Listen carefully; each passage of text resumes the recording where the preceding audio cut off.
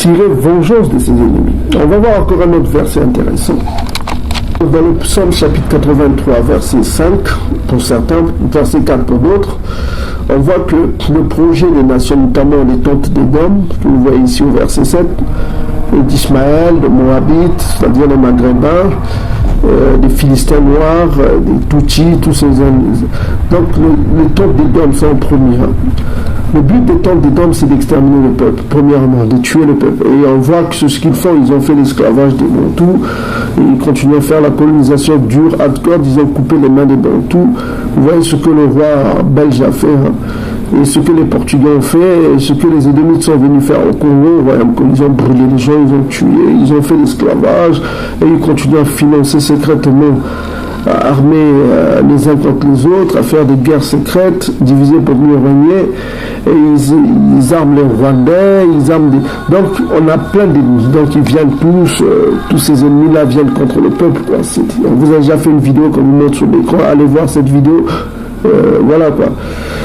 Donc leur but c'est d'exterminer d'abord le peuple, et le deuxième but, qu'on ne se souvienne plus du nom d'Isolé. On vous a prouvé que son peuple porte son nom, on vous a montré. Ok, dans le livre des Chroniques, son peuple porte son nom. Donc si le nom qui était là, si c'est le même nom que lui-même, que le nom donc leur but c'est d'effacer le nom de Tatanzambi, puisque son peuple porte son nom. Donc on dit ici qu'on ne se souvient plus du nom d'Isolé. Donc on voit bien que ici on a enlevé le nom qui était là et on veut nous donner un autre nom. Et comment ils ont fait? Donc, ce soir, on va voir comment ils ont fait pour enlever ce nom-là et introduire un nom. On va voir comment ils ont injecté un nom païen. Ok. Là, on voit que, vous voyez vous-même, nous sommes sur Exode chapitre 6, on va aller au verset 2 jusqu'à 3. Donc, nous, on sait que, pour les initiés savent que ici, ce n'est pas Tatanzambi qui parle. Parce que Tatanzambi parle à travers les proxys. Qu'on appelle proxy, ça veut dire les anges, tout ça comme ça. Donc ici, on voit que c'est l'archange Congo qui parle. C'est l'archange Congo qui parle à masse. Parce que le nom que vous avez là, tout ça comme ça, ce que les gens ignorent, c'est que ce n'est pas Tatanzambi lui-même qui est venu. C'est l'archange Congo. L'archange Congo qui s'est manifesté à Bana, qui s'est manifesté à Iseka, qui s'est manifesté à Yakuba. Ok? C'est toujours l'archange Congo. Et vous allez, il dit qu'il est le tout-puissant de Bétou. Le mot Bétou, ça veut dire qui se garde encore au Congo, Brazza Bétou, ça veut dire la maison de Dieu. Ok? La maison de Elahu, de Dieu. Ok? Ça se dit Bétuel, mais vous savez, la consonne finale est sourde. Donc on ne dit pas Bétuel, Bétel. Ça veut dire Bétou-El. Bétou-El, on dit Bétou. Bétou, ça veut dire, ça vient aussi de Bétoa. Le Bétou, ça veut dire ensemble, la communauté. Et ça se traduit dans vos Bibles comme maison, d'accord. Ok, la maison. Mais ça se traduit chez les Bantous, Béto, ça veut dire communauté, Béto, c'est le nous, quoi. Si vous dites c'est le nous, c'est l'ensemble, ok, le Béto. Ok, donc voilà, nous sommes ici, vous voyez vous-même, regardez comment ils ont injecté le nom de Jéhovah et tout ça. Nous sommes ici dans Exode chapitre 6. Donc ici on dit que, je vais vous traduire, je vais lire, donc ils disent que Dieu parla, je parle comme ils disent, je n'utilise pas les mots pour que vous-même vous voyez, on va lire comme c'est écrit ça, c'est la traduction Louis II. Vous pouvez voir dans d'autres traductions, c'est la même chose. Vous voyez, vous verrez vous-même. Donc Dieu parla encore à Massa, à Moïse, non, je dis Moïse, comme ils disent. Je ne vais pas donner les noms originaux, je vais lire comme ils ont écrit. Dieu parla encore, prenez vos Bibles, prenez vos Bibles, on va vous montrer le secret. Comment ils introduisent les noms. Donc Dieu parla encore à Moïse et lui dit, je suis l'Éternel. Ok, je suis apparu à Abraham, Isaac, Jacob comme le Dieu Tout-Puissant. Et je n'étais pas été connu sous mon nom l'Éternel. Donc on va prendre ici, on va aller ici. On va aller ici. Donc vous voyez, ça c'est la version Blue Letter et vous avez les textes en hébreu. Vous savez, l'hébreu que vous avez là, c'est l'hébreu qui ont été transcrits par ce qu'ils appellent les masorettes. Hein. Masorettes, ça vient du mot hébreu qui ça veut dire masola, parce que le R c'est le son du L. Hein. Masola. Ok, masola, c'est ceux qui choisissent. Hein, sola. Ceux qui choisissent les mots, quoi. Masola. Ok, masola. Donc ici, vous avez les traductions, voilà. Donc ici, on vous dit que voilà, Abraham, c'est le même verset. Hein. Vous avez ici la traduction. Vous avez ici Exode chapitre 3, verset. Exode chapitre 6, verset 3. Donc on vous dit ici, Abraham, voilà quoi. Il ne m'a pas connu sous le nom, il m'a connu sous le nom de ce qu'ils disent ici. Hein? Il m'a connu sous le nom du Tout-Puissant, El Shaddai, comment ils traduisent ça. Shem, ça veut dire non. Et ils disent, je vous lis comme ils lisent, hein, et ils traduisent ici Jéhovah. Donc vous allez avec un témoin de Jéhovah, il va vous dire, ah bah tu vois, Jéhovah est là, hein, Jéhovah. Ok, il va vous dire, bah, regarde, Jéhovah est là. Donc, vous avez ce qu'ils appellent le tétragramme, hein, c'est ça. Vous avez le Yod, le Et, le Vav, ce qu'ils appellent le Vav, et vous avez le Et ici. Ok?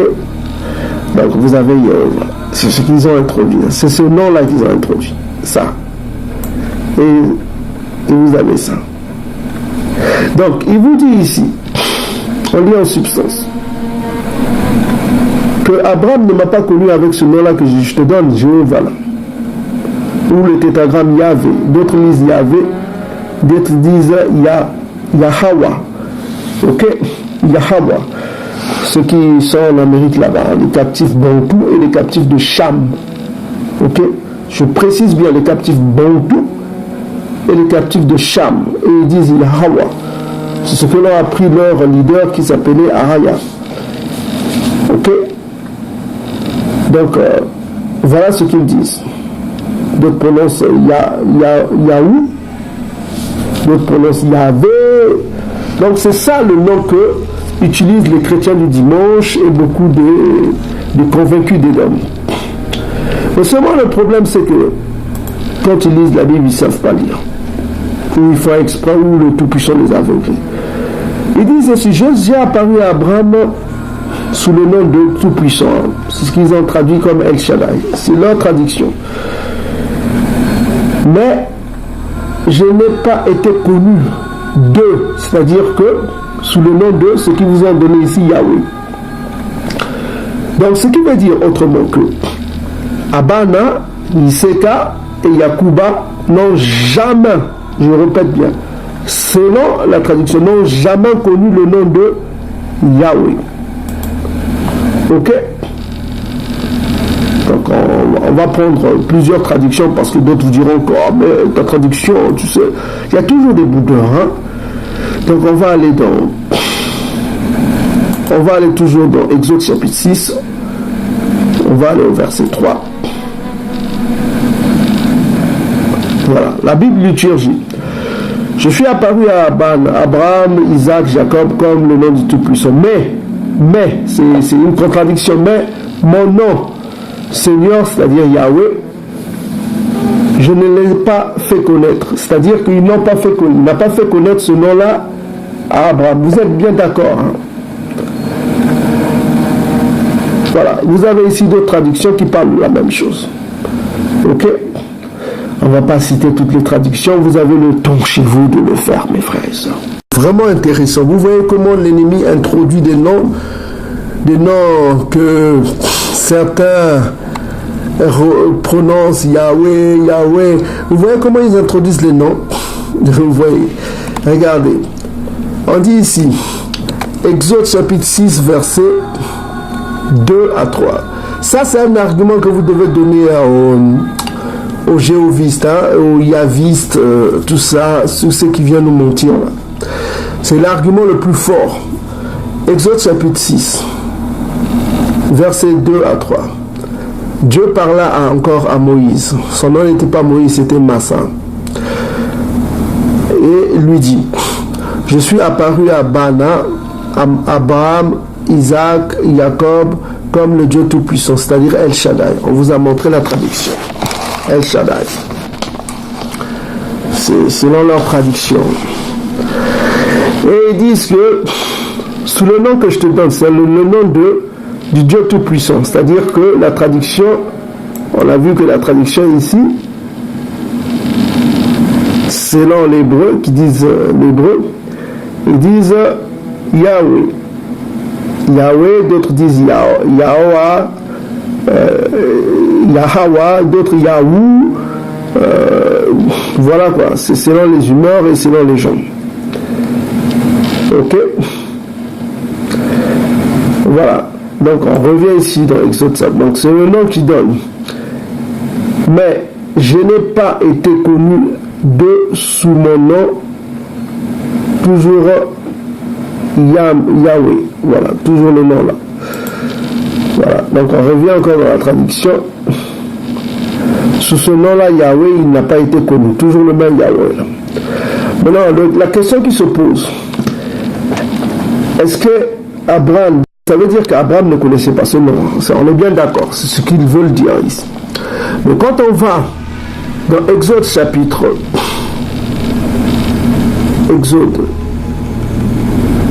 on va aller dans Genèse chapitre 22. Donc on va aller dans Genèse chapitre 22. On va vérifier si vraiment Abraham ne connaissait pas ce nom Yahweh, comme l'a dit sous prétexte le Tout-Puissant.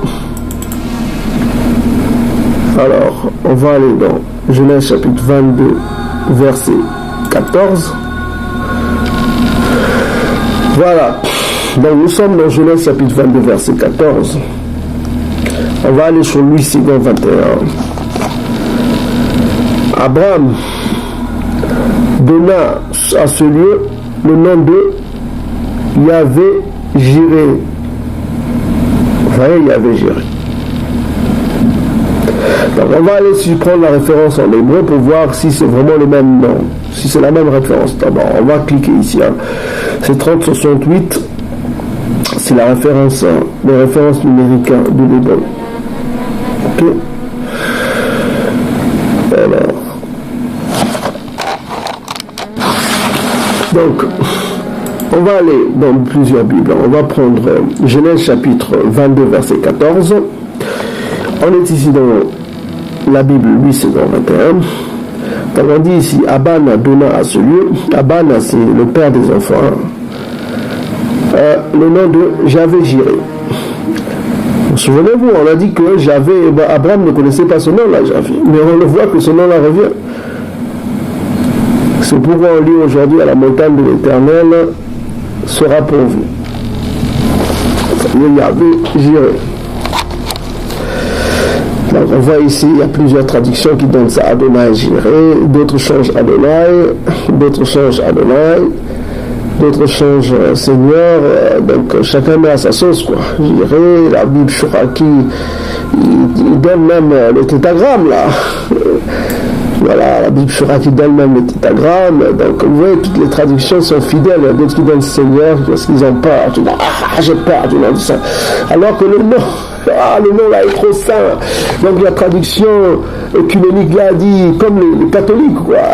C'est trop saint comme les Khazars. Vous voyez, c'est le même esprit quoi. La traduction œcuménique c'est la tombe quoi.